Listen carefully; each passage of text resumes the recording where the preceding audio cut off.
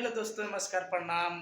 कैसन बानी? उम्मीद करतन कि अच्छा ही होंगे। तो आज हम बात करे वाला बानी पवन सिंह के दूसरा होली सॉन्ग के बारे में। तो दोस्तों, आप लोग को बता देना चाहता हूँ, सलवालवा लाले लाल बा पवन सिंह के पोस्टर आ गई बा, जौना के ग्लोबल म्यूजिक जंक्शन से रिलीज करल जाता। और पवन सिंह बारे और कुबिन सालनी जी बारे। तो बहुत ही प्यारा सॉन्ग आए वाला बा, धमाल हुई। जहाँ पवन सिंह हुई पावर स्टार होबे करी। तो भैया हो, एक बार जाई और जा करके पवन सिंह के गाना के सुनी जा। और बहुत ही अच्छा लागेला पवन सिंह के गाना।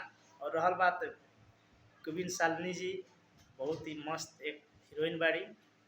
तो होली के सॉन्ग जाने ले ना, पवन सिंह के आवेला तो गाता ही आवेला, आग लगा देवेला भैया हो। अगर आप लोग मेरे चैनल पे नए हैं तो प्लीज़ मेरे चैनल को सब्सक्राइब कर दे, लाइक कर दे, शेयर कर दे। और जाइए देखिए, और एक से एक वीडियो आप सबके बीच में हमारा आएगा। तो आप लोग मेरे वीडियो को ज़्यादा शेयर कीजिए, प्यार दुलार आशीर्वाद दीजिए। और दोस्तों, जल्द इतना बहुत ही सुंदर, बहुत ही प्यारा सॉन्ग पोस्टर सलवालवा लाले लाल बा पवन सिंह के गाना होली सॉन्ग, दूसरा होली सॉन्ग के पोस्टर रिलीज हो गई, ग्लोबल म्यूजिक जंक्शन से आ रहा बा।